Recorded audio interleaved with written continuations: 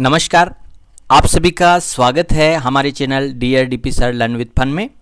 मैं हूं आपका दोस्त द्वारका प्रसाद और आज के इस वीडियो में हम बात करेंगे इतिहास, दर्शन और इतिहास जो रिसर्च वाला जो हमारा पार्ट है, जो कि हमारे net, JRF, RPSC assistant professor परीक्षा के लिहाज से बहुत महत्वपूर्ण है। आज के इस वीडियो में हम बात करेंगे इतिहास का अर्थ और परिभाषा। इससे पहले हमारे इस श्रृंखला का पार्ट 1 आ चुका है, ये इस श्रृंखला का पार्ट 2 है। इससे पहले जो पार्ट 1 आया था उसमें हमने इतिहास का सामान्य परिचय देखा था। ये जो कि आपको स्क्रीन पे डिस्प्ले हो रहा है ये हम पढ़ चुके हैं।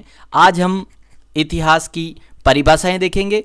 देखिए, ये आपके लिए बहुत महत्वपूर्ण है। इतिहास रिसर्च वाला पार्ट ऐसा है कि हमें बार बार पढ़ना पड़ता है, हमें कंफ्यूज भी करता है, इसलिए इसको मैंने अच्छी तरीके से समझाने का प्रयास किया है। इसमें विभिन्न प्रकार के कलर्स यूज किए हैं ताकि आप इसे आसानी से समझ सकें। तो चलिए, आज हम बात करने वाले हैं इतिहास की परिभाषा, महत्वपूर्ण कथन। ये यहाँ से आज हम समझने वाले हैं। तो इस वीडियो में हम देखेंगे इतिहास से संबंधित जो महत्वपूर्ण कथन है उनके बारे में। चलिए, बिना किसी देरी के हम शुरुआत करते हैं। पहला महत्वपूर्ण कथन है, संपूर्ण इतिहास विवेकपूर्ण है। यह कथन किसका है? तो ये कथन है दोस्तों हीगल का है। संपूर्ण इतिहास विवेकपूर्ण है, यह कथन किसका है? हीगल का है। तो चलिए आगे देखते हैं। उदाहरणों से जो दर्शन प्राप्त होता है वह इतिहास है। यह कथन किसका है? डायोनीसियस का ये कथन है। दोस्तों, हमारा जो रिसर्च वाला जो आरपीएससी असिस्टेंट प्रोफेसर में जो पार्ट है उसमें परिभाषाओं से रिलेटेड 2 प्रश्न आते हैं, तो वो दोनों प्रश्न इन वीडियो में हम कवर करने वाले हैं। तीसरा हमारी जो परिभाषा है, इतिहास सभ्य समाज में रहने वाले मनुष्यों के कार्यों के अनुभव की कहानी है। तो ये कहने वाले हैं विद्वान रेनियर। देखिए, यहाँ पर हम इसको अच्छी तरह ट्रिक से भी याद कर सकते हैं कि जो मनुष्य जो काम करता है वो सबको प्यारा होता है, अच्छा लगता है। यानी इतिहास सभ्य समाज में रहने वाले मनुष्यों के कार्यों और अनुभवों की कहानी है। तो ये कथन किसका है? रेनियर का। आप इसको अच्छी तरीके से याद रखें। पूरी लाइन याद नहीं कर पाए तो कोई बात नहीं, मनुष्य के कार्य और अनुभव की कहानी, ये कहने वाले कौन थे? रेनियर। अगला प्रश्न है, इतिहास राष्ट्र की स्मरण शक्ति है। यह कथन किसका है? तो ये राधा कृष्णन का है। देखिए, यहाँ पर अनय आ रहा है और इसमें स्मरण आ रहा है, तो इससे भी हम आइडिया लगा सकते हैं कि यह कथन किसका है? इतिहास राष्ट्र की स्मरण शक्ति है। यह कथन है डॉक्टर राधाकृष्णन का। आगे देखते हैं, विज्ञान अंशतः एकीकृत ज्ञान है और दर्शन पूर्णतया एकीकृत ज्ञान है। यानी विज्ञान अंशतः एकीकृत है और इतिहास पूर्णतया एकीकृत ज्ञान है।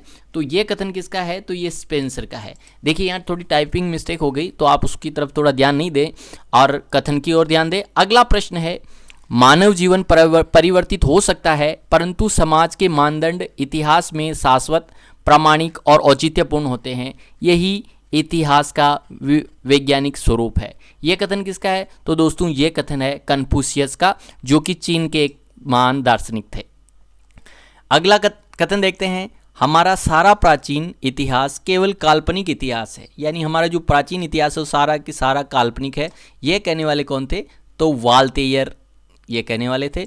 अगला कथन है, पूर्व काल की मिसालें देकर मनुष्य को सीख देना, मार्गदर्शन करना इतिहास का लक्ष्य है। तो ये कथन किसका है? तो ये कथन है सर वाल्टर रेले का। यानी वाल्टर रेले कहते हैं कि पूर्व काल की यानी प्राचीन समय की जो घटनाएं हैं उनसे मनुष्य को सीख देना और मार्गदर्शन करना, ये किसका कथन है? सर वाल्टर रेले का। देखिए, बार बार देखेंगे तो ये जो परिभाषाएं हैं आपको अच्छी तरीके से याद भी हो जाएगी। अगला कथन है, आत्मज्ञान के लिए इतिहास उपयोगी है। तो ये कथन कहने वाले हैं आर.जी. कॉलिंगवुड। यानी आत्मज्ञान यानी स्वयं को जानने के लिए हमारा जो इतिहास है वो महत्वपूर्ण है। तो ये कथन कहने वाले थे आर.जी. कॉलिंगवुड। चलिए आगे और देखते हैं। अगली परिभाषा है, इतिहास को जीवन के समान महत्वपूर्ण मानने वाले विद्वान का नाम क्या है? तो इतिहास भी जीवन के समान महत्वपूर्ण है। यह कथन है विल्हेम डिल्थे का। वेरी वेरी इंपॉर्टेंट परिभाषा। इस प्रकार का प्रश्न आ सकता है, इतिहास को जीवन के समान महत्वपूर्ण अर्थपूर्ण मानने वाले विद्वान कौन है? तो वो विल्हेम डिल्थे। अगला कथन है, इतिहास अर्थहीन नहीं है। यह कथन किसका है? यह कथन कोहलर महोदय का है। आगे देखते हैं, इतिहासकार का अतीत के तथ्यों पर घटनाओं का एक परिकल्पनात्मक चित्र, यानी इतिहासकार इतिहास का अतीत की घटनाओं के आधार पर एक परिकल्पनात्मक चित्र प्रस्तुत करता है जिसमें वर्णित घटनाएं अर्थपूर्ण होती है। यह कथन किसका है? तो यह कथन है गार्डनर का। देखिए ये सारा जो मैंने कलरफुल बनाया है ताकि आपको पढ़ने में रुचि भी उत्पन्न हो, और इसके साथ साथ मैं आपका PDF भी इसका उपलब्ध कराऊंगा, तो आप डिस्क्रिप्शन में जाकर इसका PDF भी डाउनलोड कर सकेंगे। तो चलिए आगे का कथन देखते हैं। इतिहास का ज्ञान प्रकृति के ज्ञान से भिन्न है। प्रकृति ईश्वर की रचना है जबकि इतिहास की रचना मनुष्य करता है, इसलिए व्यक्ति प्रकृति की अपेक्षा इतिहास को अधिक स्पष्ट रूप से जान सकता है। तो यह कथन किसका है? तो यह कथन है विको का, जिन्होंने न्यू साइंस नाम से अपनी एक बुक लिखी थी, उसमें ये कथन उन्होंने लिखा था विको ने। यानी इस जो बुक है इसमें विको ने बताया कि प्रकृति है उसकी रचना ईश्वर करता है जबकि इतिहास की रचना मानव करता है, इसलिए मनुष्य इतिहास को अधिक जान पाता है। तो इसमें देखिए प्रकृति आ रही है, और तो प्रकृति नाम आते ही आपको याद हो जाना चाहिए कि विको इस कथन को कहने वाले विद्वान हैं। अगला प्रश्न देखते हैं। अतीत पर निष्ठा अतीत के लिए नहीं अपितु सुरक्षित और सुसंपन्न वर्तमान के लिए इस उद्देश्य से की जाती है कि वह सुखद और सुंदर भविष्य का निर्माण करेगा। तो यह कथन किसका है? तो यह कथन डेवी ने अपनी पुस्तक ह्यूमन नेचर एंड कंडक्ट में यह कथन कहा था कि अतीत पर निष्ठा अतीत के लिए नहीं की जाती बल्कि अपनी सुरक्षित और सुसंपन्न वर्तमान और सुखद भविष्य के निर्माण के लिए की जाती है। तो यह कथन किसका है? तो यह कथन डीवी का है, और उन्होंने अपनी पुस्तक ह्यूमन नेचर एंड कंडक्ट में यह कथन कहा था। अगला कथन देखते हैं। इतिहास जिस अतीत का अध्ययन करता है वह मृत अतीत नहीं बल्कि इतिहास के मस्तिष्क में सजीव होता है। यानी इतिहास मृत अतीत नहीं है बल्कि वो मस्तिष्क में सजीव अतीत होता है। तो ये कथन किसका है? तो ये कॉलिंगवुड का है, जिन्होंने एक इम्पोर्टेंट जो कि फेमस कृति लिखी थी आइडिया ऑफ हिस्ट्री। ये बार बार पूछा जाता है तो इसको आप जरूर देखें कि आइडिया ऑफ हिस्ट्री ये पुस्तक किसकी है? तो ये कॉलिंगवुड की है। और कॉलिंगवुड कहते हैं कि संपूर्ण जो इतिहास है वो विचारधारा का इतिहास है, विचार पे इन्होंने ज़्यादा जोर दिया था। और ये कथन भी ध्यान रखें कि जो इतिहास है वो मृत अतीत नहीं है जबकि वो इतिहास तो मस्तिष्क में सजीव अतीत होता है।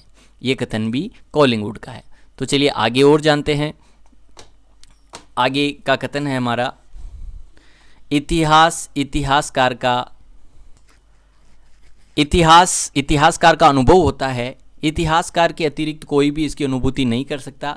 इतिहास लेखन का अभिप्राय इसका निर्माण करना है। यानी ये जो कथन है ये ऑक्सफोर्ड का है, और जिन्होंने अपनी पुस्तक लिखी थी एक्सपीरियंस एंड इट्स मोड्स, ये किताब लिखी थी ऑक्सफोर्ड ने। इन्होंने कहा कि इतिहासकार का अनुभव है और इतिहास लेखन का मतलब इतिहास निर्माण होता है। ये कथन किसका है? ऑक्सफोर्ड का। और पुस्तक कौन सी? एक्सपीरियंस एंड इट्स मोड में इन्होंने ये कथन दिया था। अगला कथन देखते हैं। इतिहास मनुष्य को सुयोग्य बनाता है। तो यह कथन है फ्रांसिस बेकन का। देखिए इसमें यहाँ पर बहुत सी बार ये भी दे रखा है इतिहास मनुष्य को बुद्धिमान बनाता है, सुविज्ञ बनाता है। तो ये कथन किसका? बेकन का। देखिए बनाना आ रहा है और बुद्धि, इतिहास मनुष्य को बुद्धिमान बनाता है। तो ये कथन किसका आएगा? फ्रांसिस बेकन का। बे आ रहा है और उसमें बुद्धिमान आ रहा है, बनाना आ रहा है, तो आप इससे भी आइडिया लगा सकते हैं ये कथन बेकन का है। अगला है सारा इतिहास विचारों का इतिहास है। ये कथन किसका है? ये मैं आपको पहले भी बताया था कि सारा इतिहास विचारधारा का, विचारों का इतिहास ये कहने वाले हैं कॉलिंगवुड, जिन्होंने एक फेमस बुक लिखी थी आइडिया ऑफ हिस्ट्री। अगला कथन देखते हैं। इतिहासवाद अनेक सिर समाने वाला छाता है। छाता मानने वाली जो विद्वान है वो थॉमस हॉवर्ड इसके विद्वान हैं। इतिहास अनेक सिर समाने वाला छाता मानते हैं। अगला कथन है। इतिहासवाद वैचारिक संभ्रम को छिपाने वाला आवरण है। तो ये कथन किसका है? आर्थर मार्विक का।